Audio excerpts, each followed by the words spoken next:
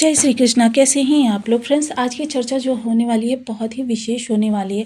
आज हम क्योंकि देवगुरु जिस तरीके से मार्गी हो चुके हैं, मार्गी होने के बाद अब इनके प्रभाव, क्योंकि देखिए जब भी कोई ग्रह किसी अवस्था का परिवर्तन करता है, किसी भाव का परिवर्तन करता है, तो काफ़ी समय उसे संतुलित होने में लग जाता है, अपना संतुलन बनाने में उसका काफ़ी समय निकल जाता है।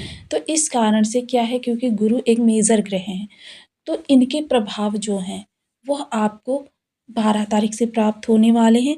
राहु शुक्र को नियंत्रित करेंगे कारक व मार्गी गुरु। राहु को बनाएंगे अमृतमयी कारक मकर राशि।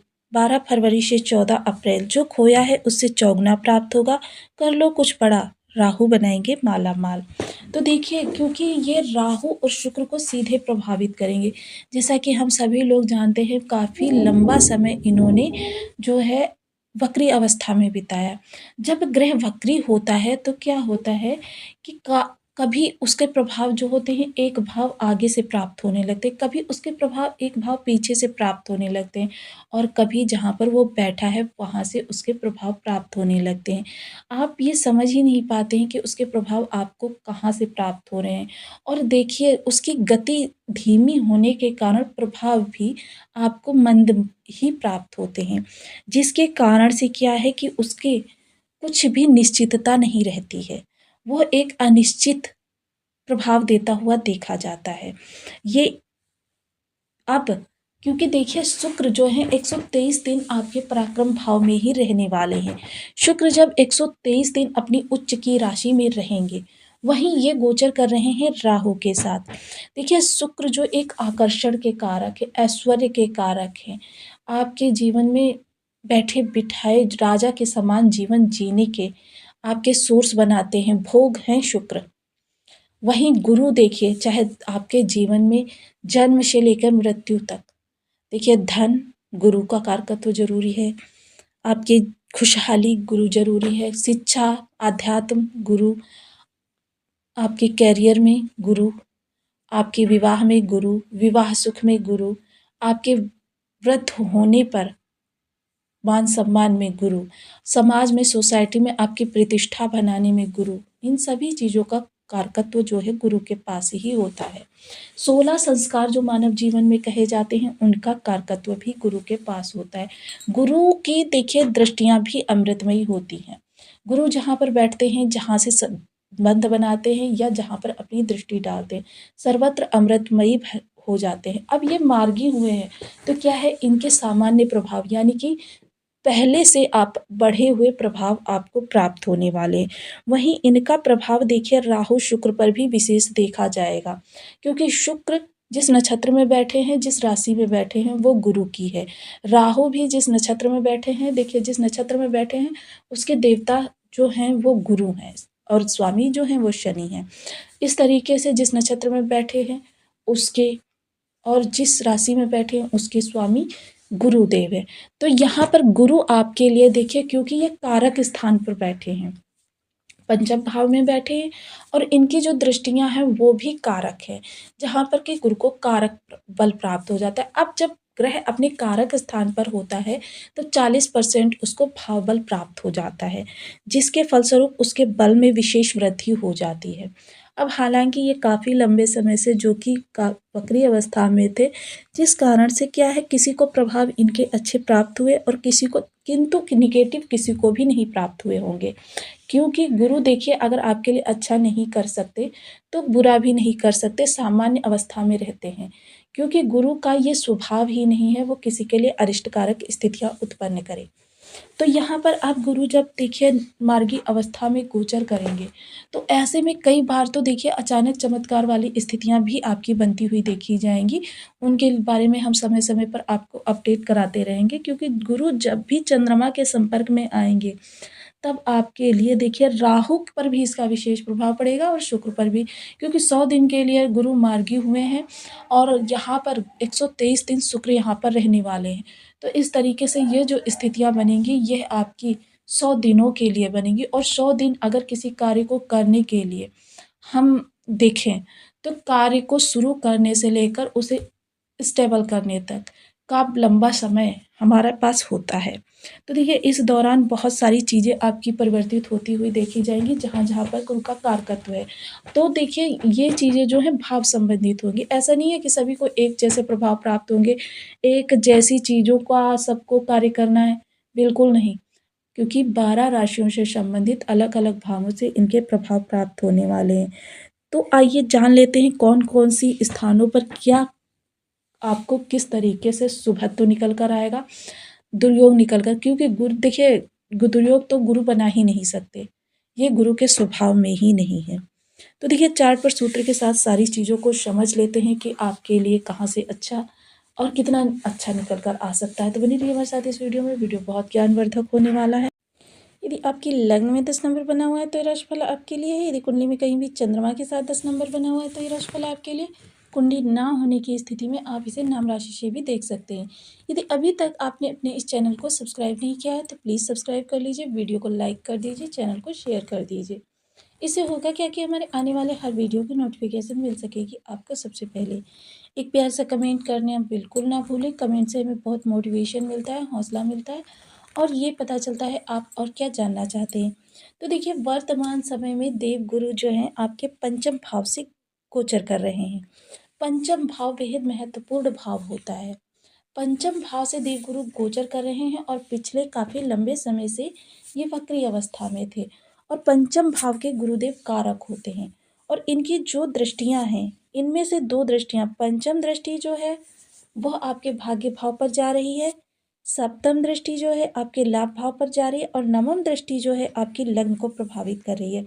इनमें से दो दृष्टियों में देखिए भाग्य और लग्न, इन दोनों स्थानों पर देवगुरु कारक होते हैं।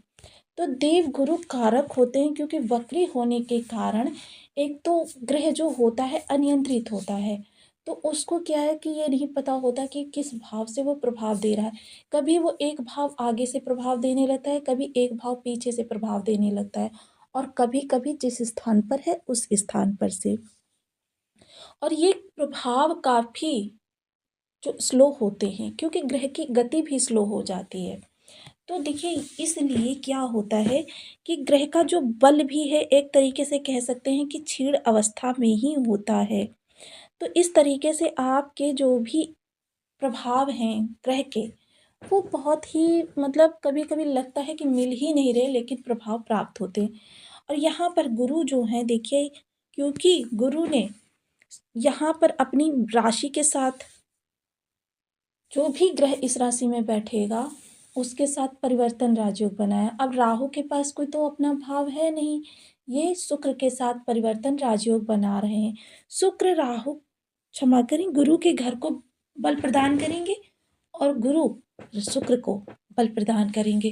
तो यानी कि ज्ञान, ऐश्वर्य और राहु तीनों का प्रभाव एक दूसरे पर विस्तृत रूप से देखा जाएगा क्योंकि शुक्र जो है वो राहु का प्रभाव लिए हुए हैं। शुक्र जो राहु के साथ युति कर रहे हैं और राहु जो है यहाँ पर आपके लिए, क्योंकि राहु वक्री होने के कारण जब इतने प्रभावी हैं तो सोचिए यदि इनकी गति सामान्य हो जाए तो आपको कितना प्रभावित करेगी।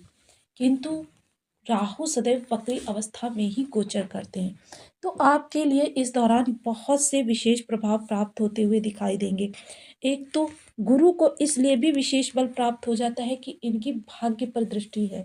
भाग्य पर दृष्टि होने के कारण ये अब सामान्य गति से चलते हुए, इसलिए क्योंकि देखिए ये जो हमने थंबनेल में डेट डाल रखी है, कोई भी ग्रह जब अपनी अवस्था का परिवर्तन करता है तो क्या होता है, ग्रह को ऐसा समझिए जैसे बहुत तीव्र गति से जाती हुई रेलगाड़ी और उसको हम एकदम से विराम लगा देंगे तो क्या उसमें विराम लग जाएगा, तो उसमें सने सने सने सने सने विराम देना पड़ता है। सेम यही स्थिति ग्रहों की होती है कि एकदम से अवस्था का परिवर्तन नहीं होता, कुछ समय वो संतुलन में ले लेते हैं जिसके कारण से उनके प्रभाव आपको नहीं प्राप्त होते हैं। तो इस दौरान आपके लिए शुभ प्रभाव प्राप्त होते हुए दिखाई देंगे, सामान्य प्रभाव प्राप्त होते हुए दिखाई देंगे। यहाँ पर गुरु जब भाग्य पर दृष्टि डालेंगे और वहीं देखिए शुक्र और राहु की भी भाग्य पर दृष्टि होगी जिसके कारण से भाग्य इस समय पर बहुत ज़्यादा बुलंद होगा। जिस तरीके से देखिए यहाँ पर भाग्य पर आपके मंगल की भी दृष्टि जा रही है। मंगल षष्ठ भाव से बैठे हुए हैं। मंगल देखिए एक ऐसे घर में बैठे हुए हैं जो प्रतिरोधक क्षमता का विकास करता है कि आप अपनी बाहरी समस्याओं से लड़ने में कितने समर्थ हैं। तो जब आप स्वयं इतने समर्थ ओजस्वी व्यक्ति हैं, गुरु का ज्ञान है, राहु की तीव्रता और बुद्धि कौशल है, शुक्र का ऐश्वर्य है, तो यहाँ पर शुक्र का आकर्षण है। बहुत सारे कार्य बदलाव आपके जीवन में होते हुए देखे जाएंगे और जिन भी बदलाव के लिए आप प्रयासरत हैं, उन बदलावों में इस दौरान आपका शुक्र जो है, भाग्य जो है, वृद्धि प्रदान करेगा बहुत ज़्यादा, कि जितनी मतलब आपने सोची नहीं होगी। शुक्र के प्रभावों में राहु पहले से ही वृद्धि करें, क्योंकि शुक्र और राहु दोनों वृद्धि, क्षमा करें, गुरु और राहु दोनों वृद्धि कारक ग्रह हैं और दोनों की दृष्टि भाग्य पर है। तो भाग्य में इस समय अप्रत्याशित रूप से बुलंदी देखी जाएगी। भाग्य इस समय पर आपका बहुत तीव्रता से आपके लिए कुछ अच्छा करता हुआ देखा जाएगा। तो ये इस प्रकार से आपके जीवन को पूर्णतया प्रभावित करेंगे। लग्न या भाग्य, दोनों में से किसी एक का प्रबल होना अनिवार्य होता है। यदि इनमें से दोनों ही वीक यानी कमज़ोर अवस्था में हों, तो फिर समझ लीजिए कि व्यक्ति की स्थितियाँ जो हैं वो कितने भी प्रयास कर ले, उसकी स्थितियाँ नहीं सुधर सकती, क्योंकि जब आप ही की इम्यूनिटी इतनी कमज़ोर होगी, तो बाहर से आने वाली छोटी मोटी सर्दी जुकाम से भी आप अपना बचाव नहीं कर पाएंगे। तो भाग्य या आपके लग्न का, तो इस समय गुरु भाग्य और लग्न दोनों को बल प्रदान करेंगे। भाग्य लग्न को बल प्रदान करेंगे, वहीं राहु की दृष्टियों के कारण आपके विवाह स्थान, व्यापार, सोशल सपोर्ट, डेली इनकम, ये सब चीज़ों में जो भी आपकी समस्या आ रही थी वो उनको निवारण होता हुआ दिखाई देगा। वहीं भाग्य की तो मैंने बता ही दी। अब लाभ, लाभ की बात करते हैं। लाभ देखिए, जो भी चीज़ें जैसे आपकी हैं, काफ़ी लंबे समय से आप प्रयासरत थे, इनकम का कोई सोर्स जनरेट करना चाहते थे, उसके लिए बहुत अच्छा समय है। विशेषकर देखिए इस दौरान आपको किसी के ऊपर अंधविश्वास नहीं करना है, किसी के भी ऊपर, क्योंकि राहु पराक्रम भाव में है। कर्म और पराक्रम, भाग्य, पुरुषार्थ, ये चीज़ें इस प्रकार की होती हैं कि आपके जीवन को ये दिशा नियंत्रित करती हैं। तो दिशा नियंत्रित करना देखिए एक प्रकार का आपके लिए जो होता है बहुत ही शुभ स्थितियों का निर्माण करता है। देखिए, संबंधित व्यक्ति पर आप भरोसा करिए, लेकिन अंधविश्वास मत करिए, पूर्ण रूपेण डिपेंड मत रहिए। तो ये चीज़ें इस दौरान आपके लिए लाभकारक होने वाली हैं, आपके तरक्की के योग बनेंगे। ऐसे में आपके लिए गुरु को बल प्रदान करना बहुत ज़रूरी हो जाता है। यदि गुरु किसी ग्रह के द्वारा त्रस्त किए जा रहे हैं या गुरु के पास बल ही नहीं है, तो फिर आपको इनके प्रभाव भी सकारात्मक नहीं प्राप्त होने वाले हैं, क्योंकि राहु शुक्र पर इनका कोई विशेष प्रभाव नहीं पड़ने वाला है। तो इसके लिए देखिए आपको करना क्या है, ओम ब्रह्म बृहस्पति नमः, इस बीज मंत्र का आप 1 माला, 2 माला, 5 माला, 7 माला, 11 माला का जप नियमित अपनी सुविधानुसार करना प्रारंभ करें।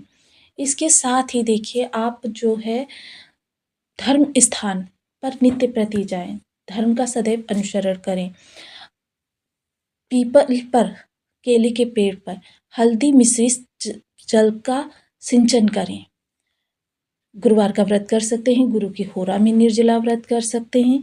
ये सभी कार्य आपके गुरु को बल प्रदान करेंगे। इसके अलावा देखिए कुछ छोटे छोटे कार्य ऐसे हैं, सदैव सात्विक रहें, भक्ष्य बच्चे का विशेष ध्यान रखें, क्योंकि जब भी देखिए यहाँ पर ये चीज़ें मैं आपको बता रही हूँ कि जब भी हम भक्ष्य यानी मांस मदिरा का सेवन करते हैं, आने वाले 10 साल के लिए गुरु, शनि, राहु का प्रभाव आपके लिए नकारात्मक हो जाता है। अब ऐसे में कहा जा सकता है कि देखिए बहुत से लोग तो नित्य प्रति पान करते हैं, तो देखिए अगर उनके ये ग्रह जन्मजात स्ट्रॉन्ग हैं, तो उनको कुछ प्रभाव उनके बढ़े हुए नहीं प्राप्त होते हैं, उनके प्रभाव घटकर ही उनको प्राप्त होते हैं, क्योंकि ये ग्रह धीरे-धीरे अपनी नकारात्मकता में परिवर्तित होने लगते हैं। तो देखिए ये कुछ ऐसी छोटी-छोटी सी चीज़ें हो जाती हैं, सदैव सात्विक रहें और शास्त्रानुसार अपने रिश्तों का निर्वहन करें। तो आपको वीडियो कैसी लगी मुझे कमेंट बॉक्स में ज़रूर बताएँ। चैनल पर न्यू है तो प्लीज़ वीडियो को लाइक, शेयर, चैनल को सब्सक्राइब करना बिल्कुल ना भूलें। मिलती हूँ नेक्स्ट वीडियो में, तब तक के लिए नमस्कार। अपना ध्यान रखें, स्वस्थ रहें, मस्त रहें।